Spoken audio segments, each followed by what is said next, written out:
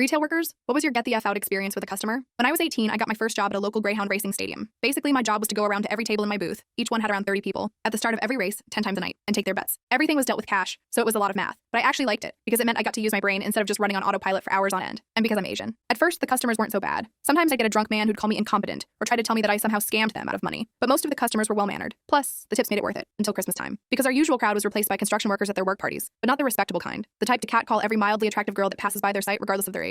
So when I, a 5-foot girl who's the definition of an easy target, was assigned to them, my stomach turned. In just the first round of bets, a fully grown 40-year-old man with braces literally tried to throw it back on me. Another man told me we should get a hotel room, but then corrected himself and said we didn't even need a hotel room to make love, just a bed. A third one put his arm around me, and his beer belly rubbed against my arm while he told me what a smart and pretty thing I was. So I tried to give the look to the bouncer standing just 50 feet away from me. You know, the one you give your friend when a questionable-looking guy is dancing a little too close to you at the bar. But instead of walking over and offering any sort of security, he just stood there and laughed at me. At that moment, I knew it was up to me to do something. So I did what any 18-year-old angry girl surrounded by big lustful men would do. I kept taking their bets and acted like everything was fine. But inside me, a storm was brewing. So as soon as my shift ended, I went to my supervisor. She was the daughter of my boss, and 25, so I thought she would get it. I don't know what I was hoping for. Maybe a better bouncer, financial compensation, or even just a hug. But I didn't get any of that. Instead, she told me that she had been working there for 5 years, and in that time she's never seen or heard about any girl getting harassed, that I was clearly making things up, that if I said anything like that again, I would be fired. But back then, I didn't even know how to stand up for myself. I was just a girl who wanted to be good at her job. So instead of getting mad, I felt tears sting my eyes. And as soon as my dad came to pick me up, I started ranting. Hard. I wanted him to say something. Anything that acknowledged how crazy everything was. But instead, he just asked me what I had done to make the customer say that. And when I didn't respond, he called me a SLet. Well, now, I was crying. And if you think I was overreacting, then you simply don't know what it feels like to be financially self-reliant, physically defenseless, and harassed by a group of men 2 times your age and size.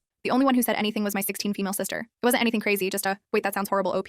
But it was enough to realize it was okay to get revenge. My moment in the spotlight, so to speak. And in the end, everyone apologized to me, including the men in the booth. I couldn't finish the full story in this short video. To watch the rest of the story play out, click the link below.